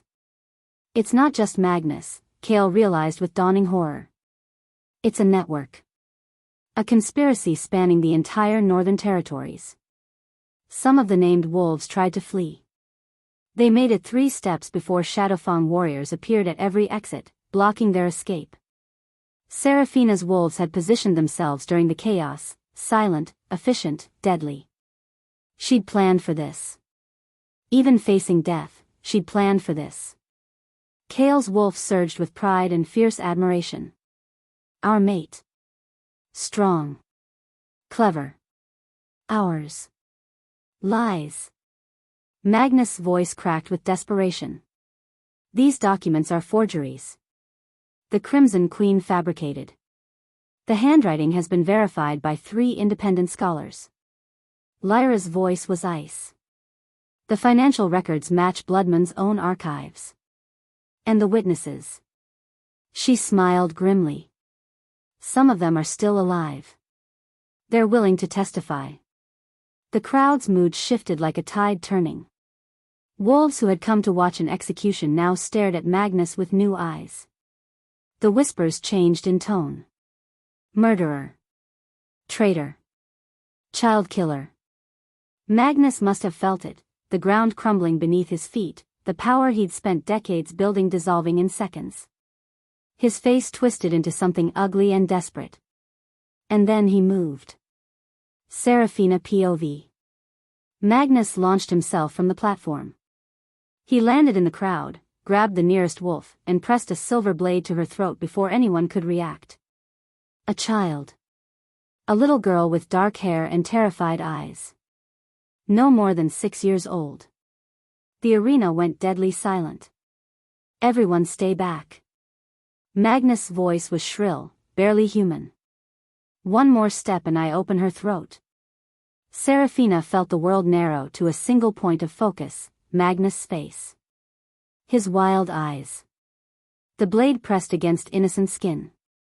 He's done this before, she thought with cold clarity. This is how he killed my mother. This is how your mother died, Magnus snarled, as if reading her thoughts. Begging for your worthless life while I held the blade. She offered me everything, power, territory, her own body, if I would spare you. His laugh was jagged and broken. I laughed and cut her throat anyway. The words should have shattered her. 15 years ago, they would have. 5-year-old Seraphina would have crumbled under the weight of that truth, knowing her mother had died pleading for her life, knowing her existence had been the price of her mother's death. But Seraphina wasn't 5 anymore. She started walking. Stay back. Magnus pressed the blade harder. A thin line of blood appeared on the girl's throat. I'll kill her. My mother died protecting me. Seraphina's voice was calm as still water. She died because she was braver and stronger than you could ever be. You murdered her because you were afraid of a woman with more power than you'd ever have. She kept walking. Slow. Steady. Her eyes never leaving Magnus' face. You're not a wolf, Magnus. You're a coward wearing one skin. You kill children and frame them for your crimes. You hide behind shadow councils and poisoned weapons. Another step. You've spent your entire life terrified of anyone who might be stronger than you. Magnus' hand was shaking now. The crowd held its breath. And you know what terrifies you most? Seraphina smiled, a cold, terrible expression that made Magnus flinch. You threw me into the Deadlands to die, and I crawled out stronger than anything you could ever become. She was 10 feet away now. Last chance, uncle. Let her go, and I'll make your death quick. Magnus' eyes darted to the side, looking for escape, looking for allies, finding neither. And in that moment of distraction, everything happened at once. Kale moved from the right. Seraphina moved from the left. The mate bonds sang between them, a harmony of violence and precision that felt as natural as breathing. She knew where he would be before he got there. He knew exactly how she would strike. They'd never fought together before. It felt like they'd been doing it their whole lives. Kale's hand closed around Magnus' wrist, wrenching the blade away from the child's throat. In the same instant, Seraphina tackled Magnus from the side, driving him to the ground with the full force of her momentum. The child screamed. Someone in the crowd caught her, pulled her to safety. Magnus tried to shift. Seraphina was faster. The transformation ripped through her like lightning, her black wolf exploding from her human form in a burst of shadow and fury. Crimson eyes blazed as she pinned Magnus to the dirt, her jaws closing around his throat before his own shift could complete. "This is for my mother." The words echoed through the mental link that formed between predator and prey. "This is for every Luna you murdered. For every woman you sacrificed to your ambition." Magnus' eyes went wide with terror. He tried to speak, tried to plead, but her teeth were already pressing into his flesh. "This is for the 5-year-old girl you threw to the wolves."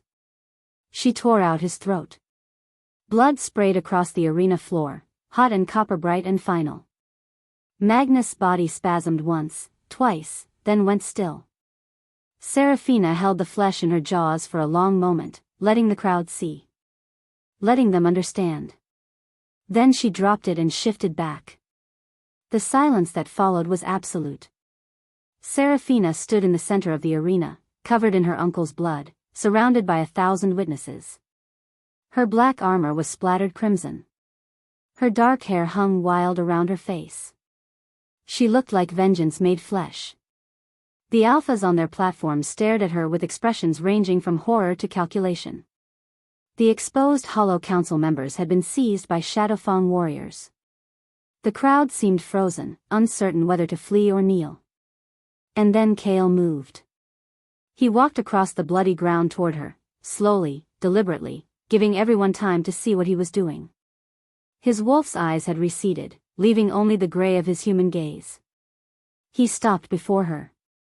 And dropped to one knee. The gasp that ran through the crowd was audible. "The Thornwood Pack accepts the blood debt," Kale said, his voice carrying to every corner of the arena. "Seraphina Voss, your lands will be returned. Your name will be cleared. The crime committed against you and your mother will be recognized by all packs present." Seraphina stared down at him, her heart pounding. What is he doing? "And if you'll have me." Kale looked up, and his eyes were raw with something she couldn't name. "I'd like to spend the rest of my life making up for what my father's pack did to you." The crowd erupted in shocked murmurs. He wasn't just offering an alliance. He wasn't just acknowledging the blood debt. He was publicly claiming the mate bond. In front of 6 alphas. In front of 1,000 witnesses. In front of the entire political structure of the Northern Territories. The Crimson Queen and the Blood Moon Alpha. Fated mates. Seraphina should have been calculating the implications, the political ramifications, the strategic advantages, the potential threats. Her mind should have been racing through every possible outcome. Instead, she reached down and touched his face. His skin was warm beneath her blood-stained fingers. The mate bond pulsed between them, not screaming anymore, but singing. A harmony instead of a howl. "Stand up," she said quietly. He rose. "You don't have to make up for anything," she continued, low enough that only he could hear. "You were a child, same as me. We both survived. That's enough." Something shifted in his expression, relief, gratitude, and something deeper that made her wolf purr with satisfaction. A commotion near the edge of the arena caught her attention.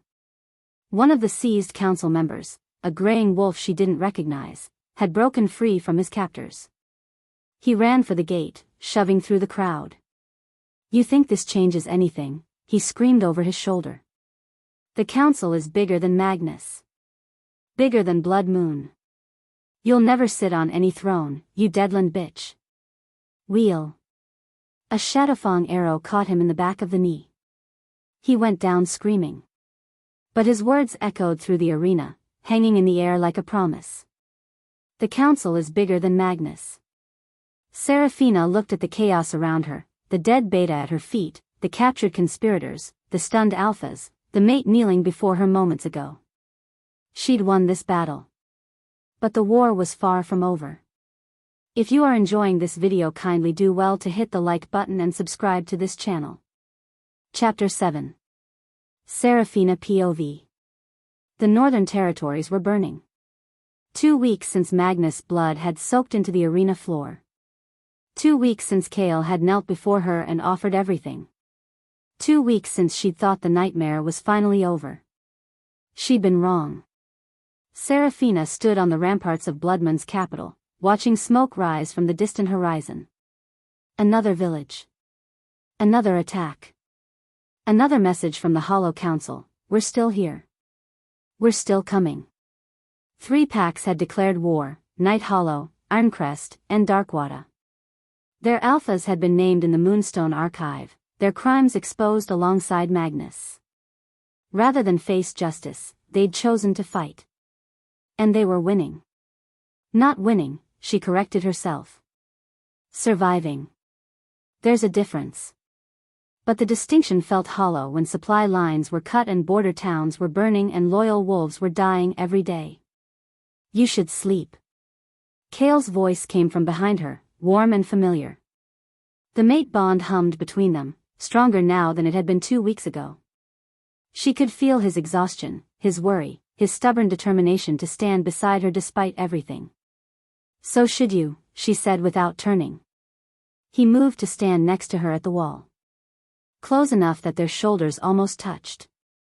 Close enough that she could feel the heat radiating from his body. The scouts returned an hour ago, he said quietly. Night Hollow's forces are massing at the eastern pass. They'll hit our supply depot by morning if we don't intercept them. How many? 300. Maybe more. Seraphina's jaw tightened. They had 400 warriors left, combined Shadowfang and Blood Moon forces. Sending enough wolves to intercept Night Hollow would leave the capital dangerously vulnerable.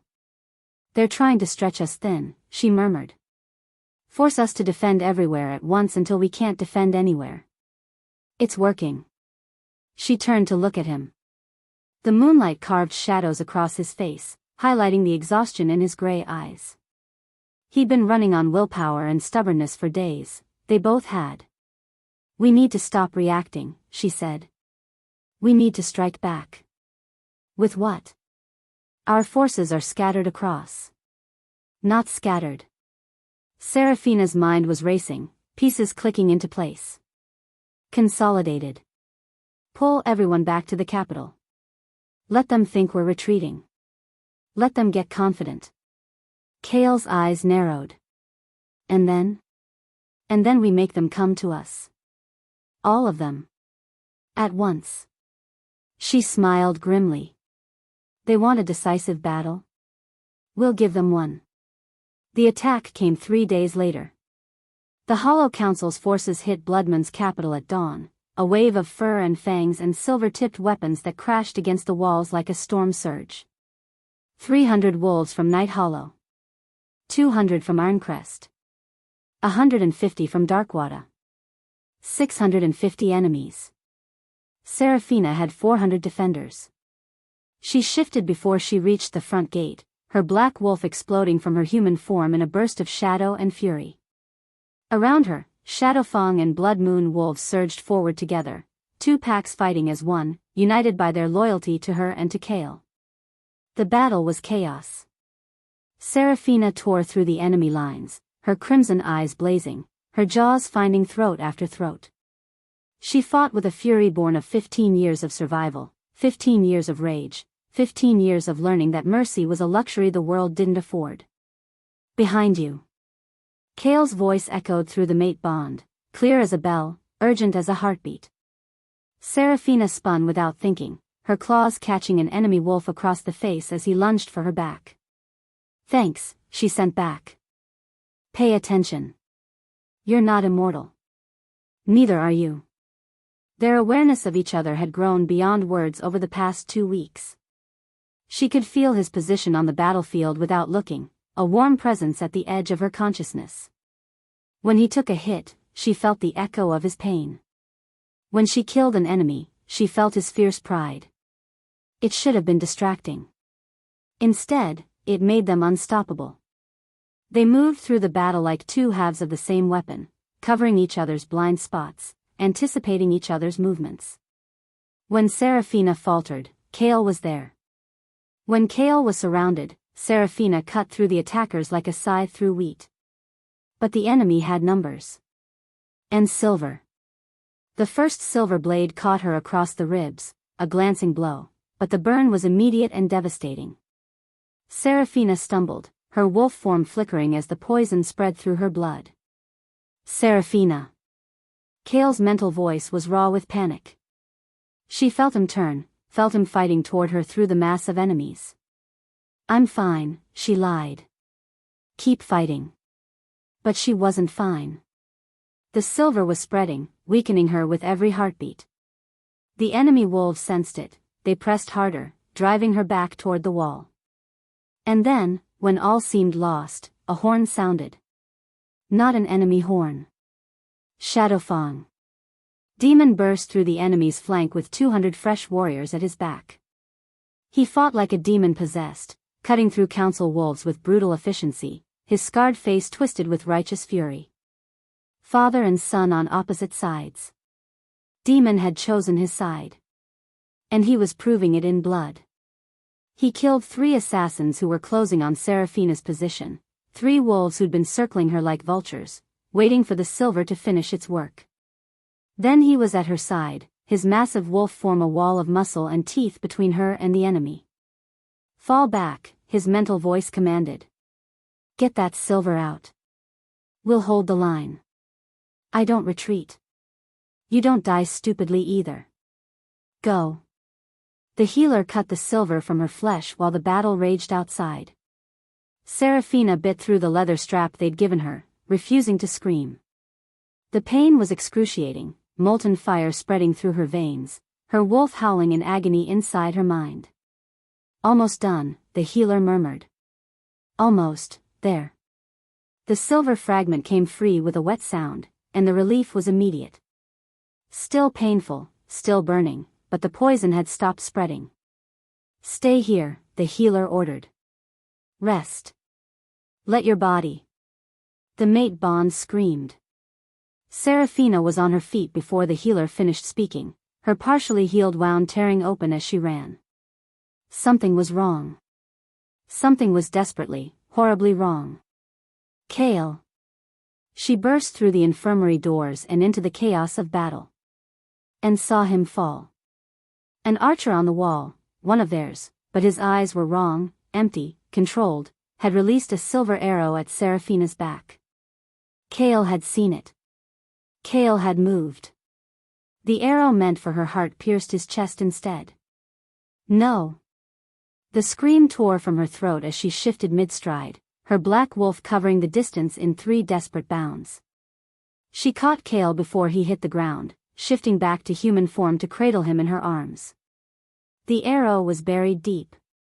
Inches from his heart. Silver was already spreading through his veins, she could see it, dark lines crawling under his skin like poison ivy. "No," she whispered, pressing her hands to the wound. "No, no, no. You don't get to do this. You don't get to leave me alone again." Kale's eyes found hers. Gray, fading, but still present. "Had to," he breathed. "Couldn't let you. Shut up. Shut up and stay with me." Tears were streaming down her face. When had she started crying? She hadn't cried since she was 5 years old. "You don't get to die for me. Do you understand? You don't get to." The mate bond pulsed between them. Weak. Flickering. Like a candle in a hurricane. Seraphina did something she'd never done before. She grabbed that bond with everything she had, every ounce of strength, every shred of will, and pushed. Pushed her own life force through the connection. Pushed her energy into his failing body. Pushed against death itself. "You don't get to have him," she snarled at the darkness closing in. "He's mine." The battle still raged around them, but Seraphina was somewhere else. She was in that place between life and death, holding Kale's soul in her hands, refusing to let go. The silver burned through both of them now. She'd taken some of his poison into herself through the bond. But she didn't care. If this was how she died, so be it. At least she wouldn't die alone. "I spent 15 years hating you," she heard herself saying, the words falling from her lips unbidden. "Hating your pack. Hating your name. I thought you were the enemy. I thought you let them take me without fighting." Kale's hand found hers, weak, trembling, but present. But you weren't the villain, she continued, tears mixing with the blood on her face. You were just a boy who got hurt trying to save me. Just like I was just a girl who got blamed for something I didn't do. Sarah. His voice was barely a whisper. We were both children. We were both victims. And I wasted 15 years hating you for something that wasn't your fault. A sob caught in her throat. I'm sorry. I'm so sorry. His fingers tightened around hers. The ghost of a smile crossed his lips. I spent 15 years trying to be worthy of being Alpha, he breathed. Trying to make up for what my father did. But I never felt worthy. Not until. He coughed, blood flecking his lips. Not until I met you again. Kale. You survived what would have broken anyone else. You came back stronger. Better. His eyes met hers, and despite the pain, despite the poison, they were clear. You made me want to be stronger too. It wasn't a declaration of love. But it was something just as precious, an acknowledgement that whatever existed between them was worth fighting for. Worth dying for. Worth living for. Seraphina poured more of herself through the bond. Stay with me, she demanded. Stay with me, and we'll figure out the rest together. The rage came later. Kale's breathing stabilized, barely, but enough. The healers rushed him inside while Seraphina knelt in the blood-soaked dirt, her body trembling with exhaustion and something far more dangerous. The enemy was still fighting. Her wolves were still dying. And somewhere in that chaos, the archer who'd shot Kale was still alive. Seraphina rose. The shift that took her wasn't like the others. This was something older, darker, something the Deadlands had taught her during those 10 years of survival. Her black wolf materialized wreathed in shadow, her crimson eyes burning like hellfire. The air around her seemed to darken, to thicken, to bend toward her like she was a wound in reality itself. She moved through the enemy army like death incarnate. Wolves fell before her without her touching them, their hearts stopping, their blood freezing, their wolves fleeing in terror. The ancient power that had kept her alive in the Deadlands now flowed through her unchecked, unchained. She was not just a wolf. She was something the world had forgotten. And she was furious. The Hollow Council's forces broke.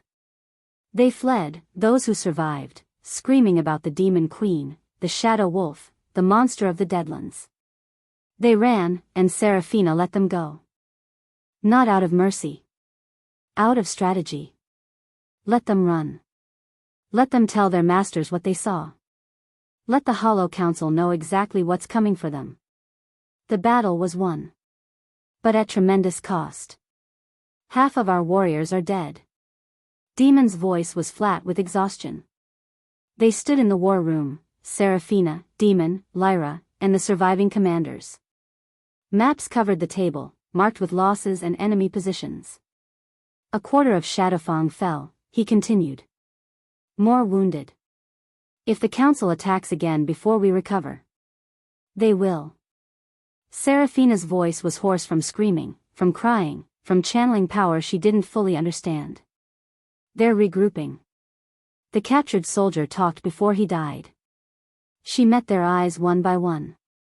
The three enemy packs are combining forces for one massive assault. They've sent for reinforcements from the southern territories, packs who don't know the truth, who only know the Crimson Queen as a blood-soaked conqueror. Her jaw tightened.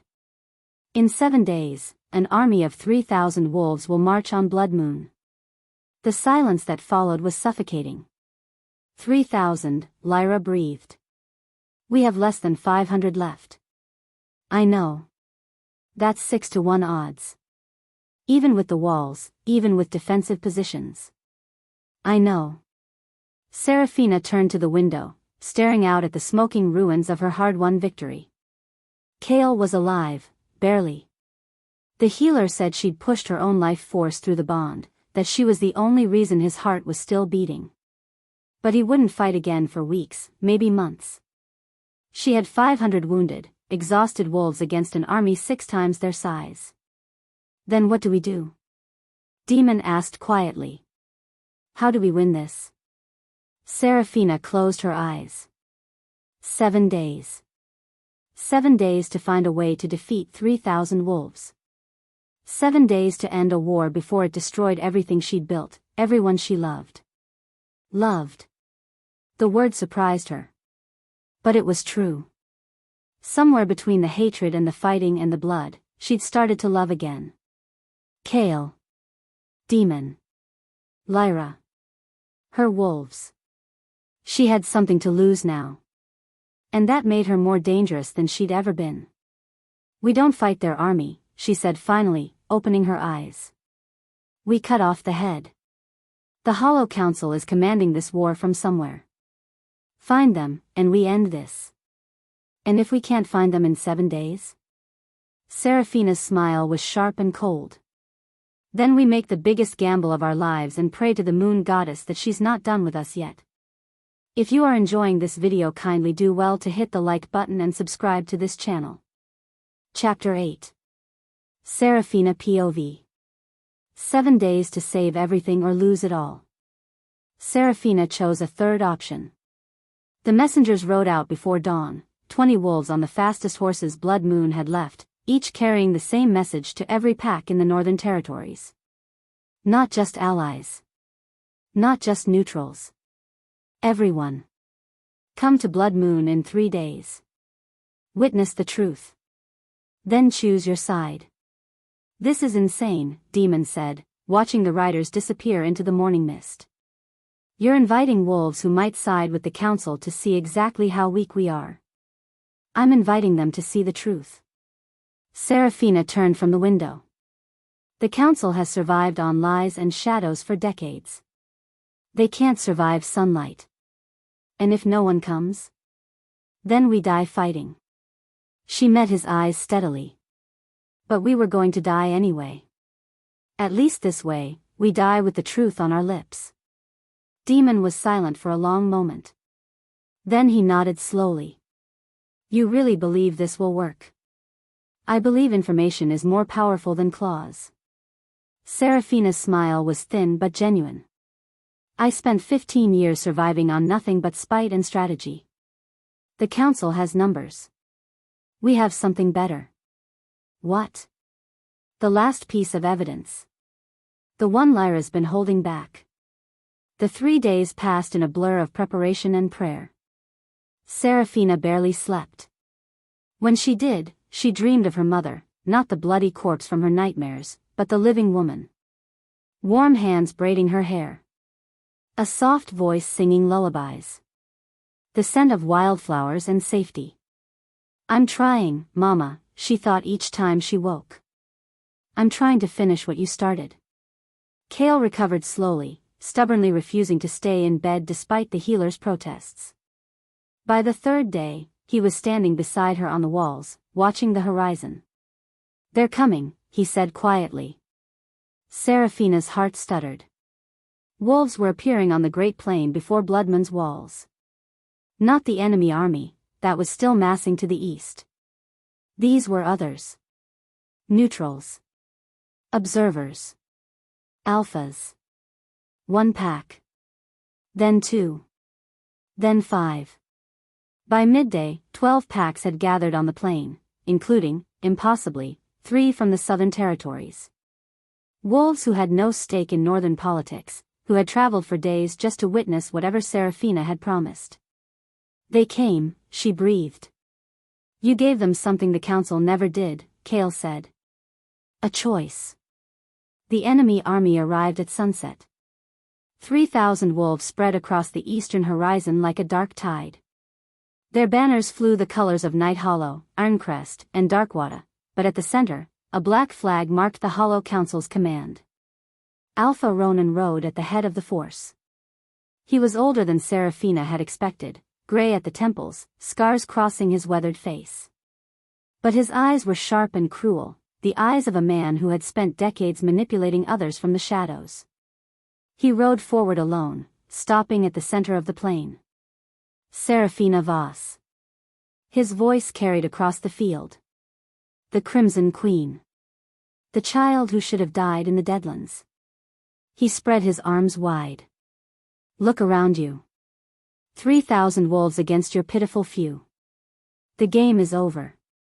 Surrender now, and I'll grant your wolves mercy. Continue this farce, and I'll slaughter every last one of them. Seraphina rode out to meet him. She was aware of every eye on the plain tracking her movement, the gathered alphas, the enemy army, her own wolves watching from the walls. The mate bond hummed with Kale's anxiety, his desperate desire to be at her side. Stay, she sent through their connection. Trust me. She stopped 10 feet from Ronan, close enough to see the cruel amusement in his eyes. I didn't come here to surrender, she said calmly. I came here to show everyone what you really are. Ronan laughed. And what's that? The savior of the Northern Territories? The only one with the strength to oppose your bloody rise to power? He shook his head. The gathered alphas might be curious, but curiosity won't save you. They're here to watch you die. They're here to witness truth. Seraphina reached into her saddlebag and withdrew a small stone, ancient, carved with symbols that predated the pack system itself. A recording stone. Wolf magic from the old times, before the territories were divided, before the bloodlines were established. Magic that captured voices and held them forever. Do you know what this is? She asked. For the first time, something flickered in Ronan's eyes. Something that looked like fear. Lyra Thornwood found it in the Moonstone archive, Seraphina continued. Hidden beneath the other evidence. A recording of a meeting between you and Magnus Voss, 3 months before my mother was murdered. She activated the stone. The voices that emerged were scratchy with age but unmistakable. The Voss woman is getting too close. Magnus' voice, cold and calculating. She's connected the deaths. If she presents her evidence to the council, then we eliminate her before she can. Ronan's voice, casual as discussing the weather. The same way we eliminated the others. Make it look like an accident. Or better yet, frame someone else. Her daughter. The child is 5, young enough that no one will believe she did it deliberately, but old enough to be blamed for an accident. Ronan's laughter echoed across the plain. A 5-year-old murderer. The pack will eat it alive. They'll exile the girl, you'll take control of the territory, and the Voss bloodline ends in one stroke. And after? After, we continue the work. The old blood Lunas are too powerful, too independent. We replace them with weak, controllable females, mates who won't question, won't investigate, won't threaten our position. Within a generation, the Hollow Council will control every pack in the Northern Territories. And the Southern packs? Eventually. Once we've consolidated power here, we move south. The Alpha system is outdated, too chaotic, too unpredictable. What we need is order. Control. A shadow government that rules from behind the thrones. To the new order, then. To the new order. The recording ended. Silence blanketed the plain. Seraphina watched Ronan's face as the truth settled over the gathered wolves like a shroud. The Southern Alphas had gone pale, they'd heard their own territories mentioned, their own packs targeted. The neutral observers were staring at Ronan with dawning horror. And Ronan's own army was shifting. Warriors who had believed they were fighting a conqueror now realized they'd been pawns of a tyrant. Lies, Ronan snarled. Fabrications. The stone could have been. Recording stones can't be altered. One of the Southern Alphas stepped forward, a massive man with iron-gray hair and eyes like flint. Every wolf with a drop of magical blood knows that. What we just heard was real. You plan to destroy us, another Southern Alpha said. To subjugate our packs, murder our Lunas, end our bloodlines. We came here to see if the Crimson Queen was a threat. The first Alpha turned to face Seraphina, and slowly, deliberately, bowed his head. Instead, we found she's the only one who's been telling the truth. The tide turned. Ronan's allies began backing away, first 1, then 5, then dozens. Warriors who had been ready to fight for the council dropped their weapons and retreated. The 3,000 wolves dwindled to 2,000, then 1,000, then less. Within minutes, Ronan stood with only 300, his most fanatical loyalists, wolves too deep in the conspiracy to survive its exposure. "Surrender now," Seraphina said quietly. "Face trial for your crimes. Some of you may live." Ronan's face twisted with rage. "I will never kneel to the daughter of a woman I murdered." He shifted. The battle lasted 20 minutes. Kale POV. He watched her from the walls. Watched her lead the charge, her black wolf cutting through Ronan's fanatics like shadow through light. Watched the gathered alphas join the fight, not for Seraphina, but against the council that had threatened them all. Watched her tear out Ronan's throat and stand over his body, her crimson eyes blazing with 15 years of vindication. "She's magnificent," his wolf whispered. "She's ours." When it was over, something unprecedented happened. The alphas began to kneel. Not in defeat, in recognition. One by one, the most powerful wolves in the northern and southern territories bowed their heads to the blood-soaked woman standing in the center of the battlefield. Kale descended from the walls on unsteady legs. His wounds still ached, his body still weak, but nothing could have kept him away from this moment. He reached Seraphina's side and stood beside her, looking out at the kneeling alphas, the armies that had come to witness truth, the ruins of a conspiracy that had nearly destroyed everything.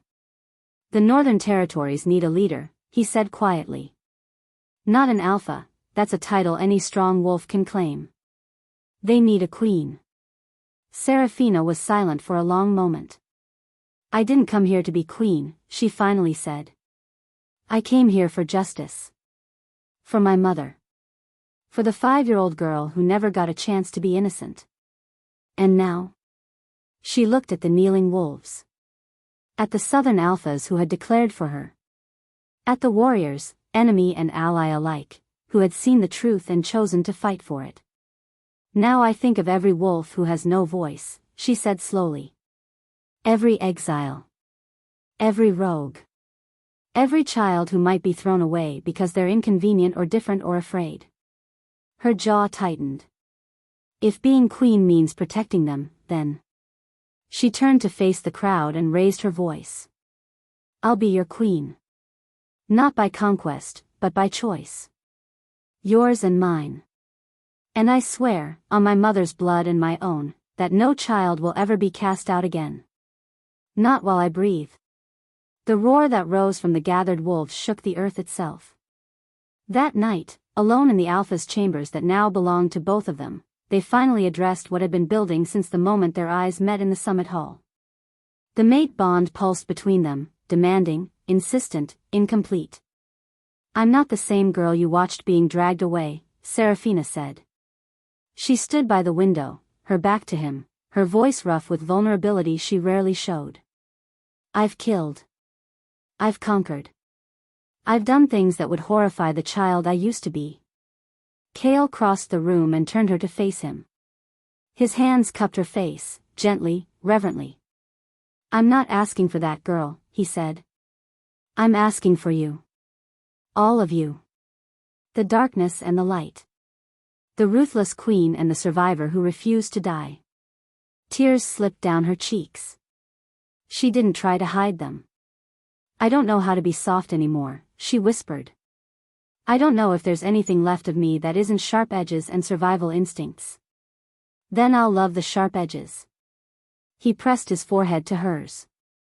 "I'll love the survival instincts. I'll love the woman who crawled out of the Deadlands and conquered an empire just to get justice for a mother she barely remembers." "Kale. Let me in, Sarah. Not because the bond demands it. Because you want to." She kissed him.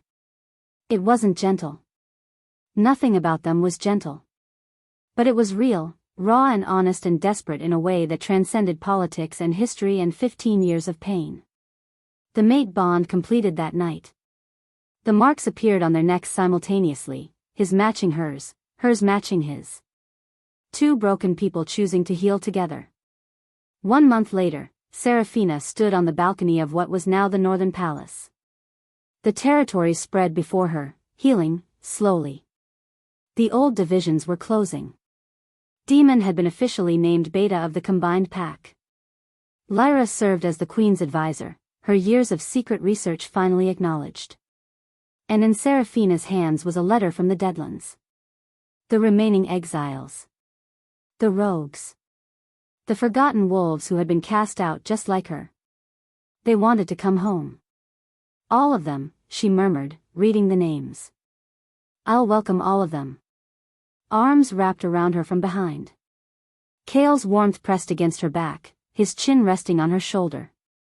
No regrets, he asked quietly. Seraphina thought of everything she'd lost, her childhood, her mother, her innocence. The years of hunger and cold and desperation in the Deadlands. The scars, physical and otherwise, that would never fully heal. Then she thought of everything she'd gained, strength, purpose, a mate who saw her darkness and loved her anyway, and the power to protect the powerless.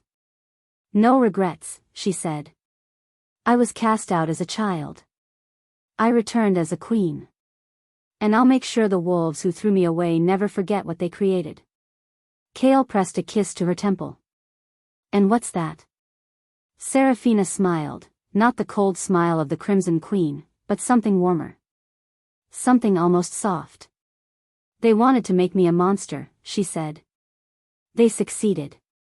She turned in his arms, facing him, facing the future, facing everything that came next. But monsters can choose what to protect. And I choose to protect everyone they would have destroyed. The sun rose over the northern territories, gilding the palace walls in gold. A new era had begun. I know you enjoyed this video. Kindly don't forget to hit the like button and subscribe to this channel. Drop your thoughts in the comments section below and share this video to family and friends. The end.